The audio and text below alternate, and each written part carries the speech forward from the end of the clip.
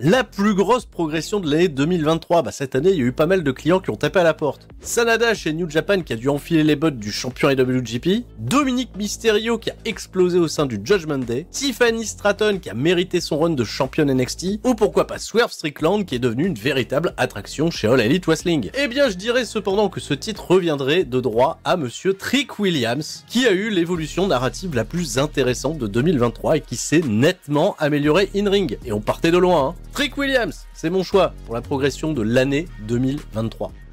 Bonsoir Catch News, bonsoir tout le monde, je suis Monsieur Hawkin. On m'a demandé pour les CN Awards de donner qui était selon moi le catcheur le plus sous-estimé de 2023. Alors, il y a deux noms qui me sont venus en tête principalement, c'est Chad Gable et Dominic Mysterio.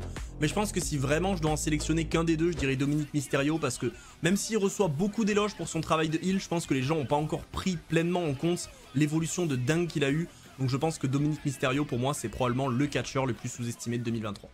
Je dois vous dire quelle a été la meilleure entrée en 2023 selon moi. C'est pas simple de choisir car il y a eu plein de mentions honorables, comme par exemple Seth Rollins avec le public qui chante en chœur sa musique, Bad Bunny à Puerto Rico qui a eu l'une des plus grosses pop de l'année, mais en vrai j'ai été à WrestleMania cette année, donc forcément celles qui m'ont le plus marqué se sont déroulées là-bas. J'ai hésité à choisir celle d'Edge que j'avais vraiment kiffé, mais pour moi la plus folle c'était celle de Logan Paul. Le mec a littéralement volé au-dessus de l'arène. Ça collait juste trop bien avec son personnage, puis évidemment ça nous rappelait celle de Shawn Michaels 27 ans plus tôt. C'est donc l'entrée de l'année selon moi, Logan Paul à WrestleMania 39.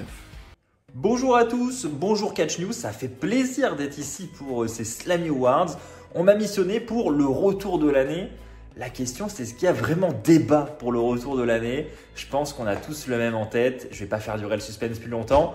Je parle évidemment de cet homme, CM Punk. Honnêtement, je pense que depuis qu'il est parti en 2014, on a une rumeur pour son retour tous les ans, absolument tous les ans. On a eu la même pour les Survivor Series cette année. Je vous dis la vérité, personnellement, je n'y ai absolument pas cru. Eh ben, je me suis trompé, hein, comme beaucoup de gens, je pense.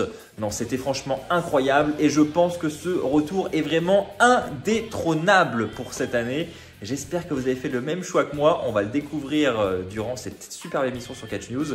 J'espère que vous êtes au rendez-vous d'ailleurs. Merci encore à Catch News pour l'invitation et votez CM Punk les amis. Mon moment de l'année, ce serait un coup de chaise qui a fait énormément de bruit. Le coup de chaise de Sami Zayn sur Roman Reigns au Rumble.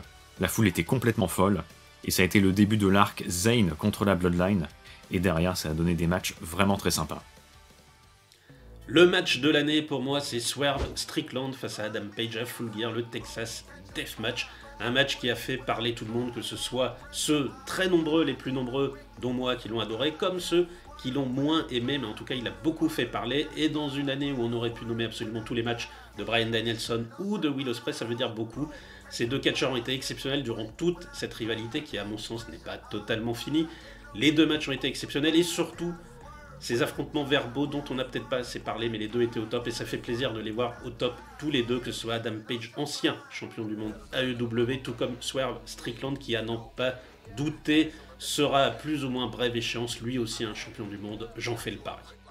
Salut tout le monde, j'espère que vous allez bien, que vous passez un bon moment durant ces awards de Catch News, où je dois dire selon moi le champion mineur de l'année 2023, qui selon moi est bien évidemment Gunther. Gunther qui a une année incroyable, année qui d'ailleurs a commencé avec sa super performance dans le Royal Rumble. Il a entre-temps eu le règne de champion intercontinental le plus long de l'histoire de la WWE. Il a livré d'incroyables matchs tout au long de l'année. On pense notamment au match triple menace avec Drew McIntyre et Sheamus à WrestleMania. Ou encore par exemple récemment ces matchs face à Chad Gable qui ont été des masterclass. En fait Gunther pour moi c'est, en plus d'être le champion mineur de l'année, un des talents les plus crédibles de tout ce qu'il fait à l'écran. Du coup voilà, c'est tout pour moi. Je vous souhaite à tous une bonne soirée sur Twitch pour ces awards de Catch News. Bonjour auditeurs de Catch News, c'est Tristan Archer et je viens vous présenter la catégorie. Quelque chose à dire? Dis-leur quelque chose. La catégorie du champion majeur de l'année. Et donc, le vainqueur de cette catégorie est Walter. Bonne soirée. Salut les gars, c'est encore moi. On m'a dit que Walter s'appelait plus Walter, il s'appelait Gunther, c'est vrai. Donc, champion majeur de l'année, Gunther. C'est encore moi. Voilà. Lui, il est monté là-haut. Et du coup, on m'a dit que majeur, c'était un titre majeur. Et intercontinental, c'est pas le titre majeur. Du coup, changement de résultat. Champion principal majeur de l'année. J'aurais bien dit Roman Reigns, mais on ne le voit pas. Donc, sur ce peu de laps de temps de règne, Seth Rollins. Hey, salut les amis de Catch News, j'espère que vous allez bien, c'est Cody et aujourd'hui donc je vais vous parler de mon show de l'année, de cette année 2023. Pour cette année 2023, mon show préféré et favori, c'est tout simplement le dernier show de Keiji Muto au Tokyo Dome, The grande finale Pro Wrestling Last Love. Je vous passe tous les noms, c'est tout simplement le dernier show de la légende Keiji Muto qui a pris sa retraite en 2023. Le show avait lieu au Tokyo Dome et le match principal c'était Tetsuya Naito contre Keiji Muto. Pour moi c'est un show qui est exceptionnel parce que voilà, j'adore le catch japonais, Keiji Muto est mon catcheur préféré.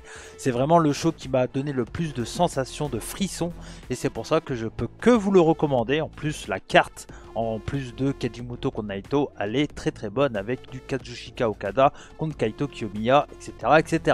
Donc voilà, un petit show à aller voir, n'hésitez pas, Keiji Muto, son dernier show au Tokyo Dome, c'était le 21 février de cette année. Catch News et communauté de Catch News, merci de m'avoir contribué afin d'élire le meilleur weekly NXT de l'année, qu'on pourrait traduire par le meilleur weekly de l'année puisque NXT est le meilleur show de catch au monde. Oui, le meilleur pour moi étant NXT Halloween Havoc Nuit 2 du 31 octobre. Ouverture Los Lotarios contre les Creed Brothers au lendemain de leur début main roster. C'est donc leur match farewell dans un Table Illusion Scales match, un des matchs tag team favoris de l'année, tag team à gimmick. On a également Piper Niven et Chelsea Green qui ont défendu leur titre par équipe contre Chase University, Terrell et Jessie Jane. Match vraiment très très cool. On a également un bon match de Dominic Mysterio contre Nathan Fraser. Ce soir-là, pour le titre nord-américain, un des meilleurs matchs pour ce titre-là de Dominic Mysterio. La finale du Breakout Tournament avec Babu Kellen Jordan contre Lola Vice. Et surtout le main event. Il y a The Mad Dragon, Dragunov, le meilleur catcheur au monde, qui a terminé sa trilogie contre Carmelo Hayes, le meilleur match des trois affrontements, un tout petit peu gâché par la fin overbookée, mais regardez NXT Halloween Havoc Nuit 2, 31 octobre 2023, et mention spéciale à NXT Heatwave et Dragunov Trick Williams.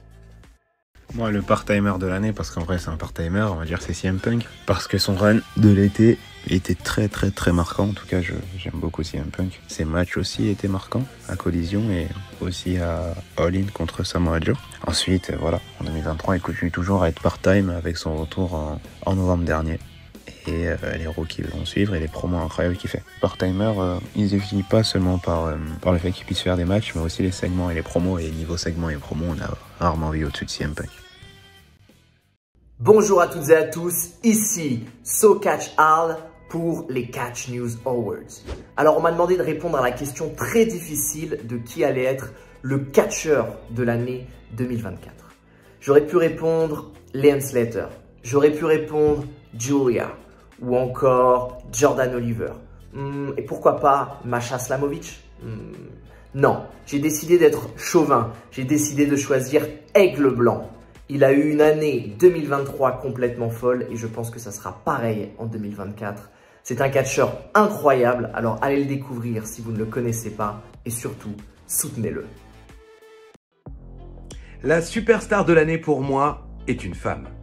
Entre sa victoire au Royal Rumble, sa victoire à WrestleMania, sa façon de gérer les affaires du Judgment Day, d'avoir des réponses à toutes les superstars face à elle au micro, pour moi, la superstar de l'année 2023 est Mommy, Rhea Bloody Ripley.